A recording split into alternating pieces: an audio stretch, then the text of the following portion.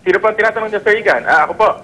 Opo, kayo po dahil nagbabala po Chinese government na posible maging magkaroon ng armed confrontation yung balikatan daw natin dito sa Pilipinas, Dr. Galvez. Ganito yan. Una-una yung China-Russia joint exercise. Usual naman nilang ginagawa na yan. Since before, lagi naman silang may joint exercise. Ito ay ginagawa rin naman ito ng Pilipinas at ng iba-ibang bansa. This is number one, to increase yung pagsasanay ng dalawa, no, nung interoperability. Kasi kanwari, meron mga iba, marami namang klaseng sakuna. So, nasa Russia o kaya sa China, para kung magtutulungan man sila, ay madali sila makapag-coordinate. Ganon din naman tayo. Kaya tayo may balikatan. Ito ay isang paraan para mag-increase yung interoperability dahil marami naman tayong problema sa seguridad.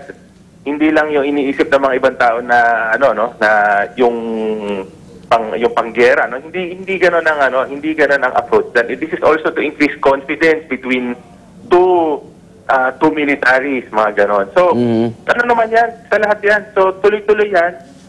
Maraming klase ng exercises. These are all to increase confidence at the same time increase interoperability. Lalo na dun sa mas matinding, mas may importanteng problema tulad ng disaster. Okay. So, hindi naman yan problema. May opinion si Marlon Alcantara sa aming fan page. Dapat na rin daw pagtuunan ng pansin ni Pinoy ating hukbo. Dapat ang palakasin ang pwersa na pag-iiwanan na raw po ng karatig bansa pagdating sa kagamitan. Kaya yung modernization po ng armed forces, hindi ko kaya dahil sa aminado tayong wala tayong kakayahan, ganito, nabubuli tayo ng gusto. Well, in part, syempre isang aspeto yan. Pero, number one, yung sa modernization natin kasi, tuloy-tuloy naman yan. Medyo malaki na yung naiangat natin dyan tungkol sa modernization from the previous years, kung kailan nagsimula to, mga 1995 at ayan. Ngayon, nakita niya naman na more than, nasabi na nga nating Pangulo na more than 25 billion or na ang nagagastos, 27 billion ata yung huli nating figure, no? Yun ang ating nailaan para sa modernization. So, unti-unti na dumarating yung mga equipment, mga modernized equipment. Pero, tanda natin at Kuya Igan na ang modernization o ang pag-aangkat ng armas, naman yan?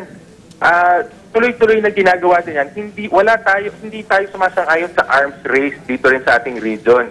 Hindi yan nakakabuti sa lahat. Ang sa atin lang ay nagmo-modernize lang rin tayo para we can have the necessary basic capabilities para makapapalagaan lang itong ating teritoryo at makatulong tayo sa ating mga kababayan, lalo na pag may sakuna. Okay. Kaya sa mga priority natin. Okay, maraming salamat po. Okay, maraming salamat, Sir Igan. Defense Spokesperson Peter Gonzales. Professor, ano bang iba pang alternatibo? Doon sa armed conflict, sigurado pa tayong tutulungan tayo ng Amerika sa Mutual Defense Treaty. Alam niyo naman, gera, wala namang panalo dyan. Dito naman sa diplomatic protest, parang hindi naman tayo pinapansin ng China. At although lagi natin dadalhin sa international court o sa international na mga usapin, ano ba dapat talagang mabisang paraan ma-resolve itong nangyayari sa Scarborough Shoal? Actually, dalawa lang alternatibo, di ba? Shooting war at yung ginagawa natin na the rule of law. Total, pareho tayong signatory sa UNCLOS. So, meron sa UNCLOS na mechanisms para isettle yung disputes na ganito. Dahil hindi lang naman tayo yung meron dispute with China, for that matter. So, yun ang sundin natin, no? Tapos, yung sinasabi nilang arms race, wag na tayong makisama doon. Kasi yung pera na ilalagay natin sa military equipment, ibigay na natin para umalsa yung ating 40% na mahihirap. At yun ang talagang ginagawa ng administrasyon and previous administrations, no? Pero Igan, kahit asymmetric ang relationship ng dalawang countries, asymmetric kasi napakalakas ng China vis-a-vis the Philippines, no? Maraming magagawa tayo na ibang bagay, no? Naaalala ko tuloy ang kasaysayan nung panahon ni Marcos. May tension na rin hong ganito. Oo, in fact, mas malala, no? Talagang yung isang claimant country, nagtatag talaga siya ng lighthouse. So, pinabayaan ni Marcos na mabuo yung lighthouse. Okay. Tapos, sinabi niya dun kay, dun sa Commodore, at tandaan ko, very good friend ko to, si Commodore Gil Fernandez. Sabi niya, alam mo na ang gagawin mo nung tapos na. Pinasabog ni Gil Fernandez at kanyang tao yung lighthouse at hindi kumibuo yung country na yun na nagtatag. So, in other words, Of course, hindi ko sinasabi na yun ang gagawin natin. Marami tayong bagay na maaring gawin. Ang daming kailangan ng China sa atin. Kailangan niya yung ating uranium, kailangan niya yung mga minerals natin, kailangan niya yung mga kontrata natin, nagtitinda siya sa atin, no? Kailangan niya yung mga accountants natin, ang ating marine scientists. So, ito ang pagtuunan natin ng pansin because these are the more robust relationships which will really matter. Pwede bang bawas daldal na muna sa media? Oo, baba Kasi natin parang yung damdamin. tataasan ng ihi. Wala naman tayo iihi. Oo, at siguro sa military na gusto talaga nilang paduguin ang ilong ng China, wag na muna, no? Isatabi muna natin ganyan damdamin. Kasi, ano ba ito? Gunboat diplomacy. And alam natin, sinabi mo na nga, no? Talagang tataob ka dyan. And China will not dare do that. Will not dare do that. Never mind na she's exercising with so many people. But, you remember, Iga, nung National Defense College pa ako, no?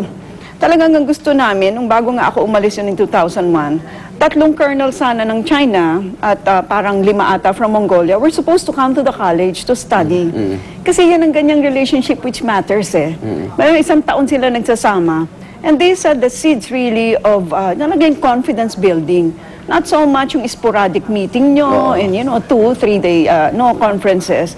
And sana yun ang matuloy, no? Because yun ang mas malalim na pagsasama na talagang magmamatter. And siguro, panghuli, kapag tinitignan ko kasi yung pattern na ginagawa ng China, style na talaga niya dito eh. Okay. Alam mo, dun sa kanyang pag-aaway sa India, di ba? Ang laki-laki ng border nila, dun sa Tibet, no? Ang China, nung siya tunggali siya sa India, ang una niyang ginawa, nagtatag agad siya ng highway. Dun sa Aksai Chin. Tapos, ginawa niyang de facto, akin na to, no? Ngayon, parang ginagawa na naman niya dun sa Southern Tibet ang tawag niya, pero Arunachal Pradesh ang tawag naman sa India. Style na niya to, no? So, wag natin palalampasin to kasi sa international community, matatalo ang China. Mukhang lamang na lamang tayo sa pag-claim dun sa lugar na yon. Lamang tayo. Tsaka from an environment perspective, palagay mo may susuporta sa kanila. Naghango sila ng very precious corals. Alam mo, ecology ng South China Sea, nakadugtong sa lahat ng ecology, hindi lang sa Palawan waters natin. Maghango ka ng corals doon at saka mga endangered species. Sinong tinatamaan mo? Pero China din, di ba? Anong parusa pag ganun? Kunyari, patunayan may pagkakasala isang bansa. Signatory din ng China doon sa international treaty. Pag nagkasala, anong mga parusa dyan? Meron bang... Unfortunately, ang mga treaties na ganito, na even reprimand is not there, no? Alam mo naman, international treaties, talagang moral suasion. Pero in terms of international, talo talaga na siya doon. And in the medium to long term, matatalo din siya kasi, sana magkakanlong ang isda niya kung sinisira ng mga so-called fisherman niya yung mga coral reefs. Sa pang-natagalan din niya. Kaya Igan, siguro yung mga masisidhin damdamin, alam ko nandun na tayo, yung nakakalalaki, ganyan, Saan tabi muna natin? Kasi I'm sure, in the medium to long term, mananalo tayo. Okay. Maraming salamat po at Professor Clarita Carlos po ng Political Science Department ng UP at sana ma-resolve nga ito sa lalong madaling panahon. Tigil, putakan muna tayo. Okay, ating talakayan, magbabalik po unang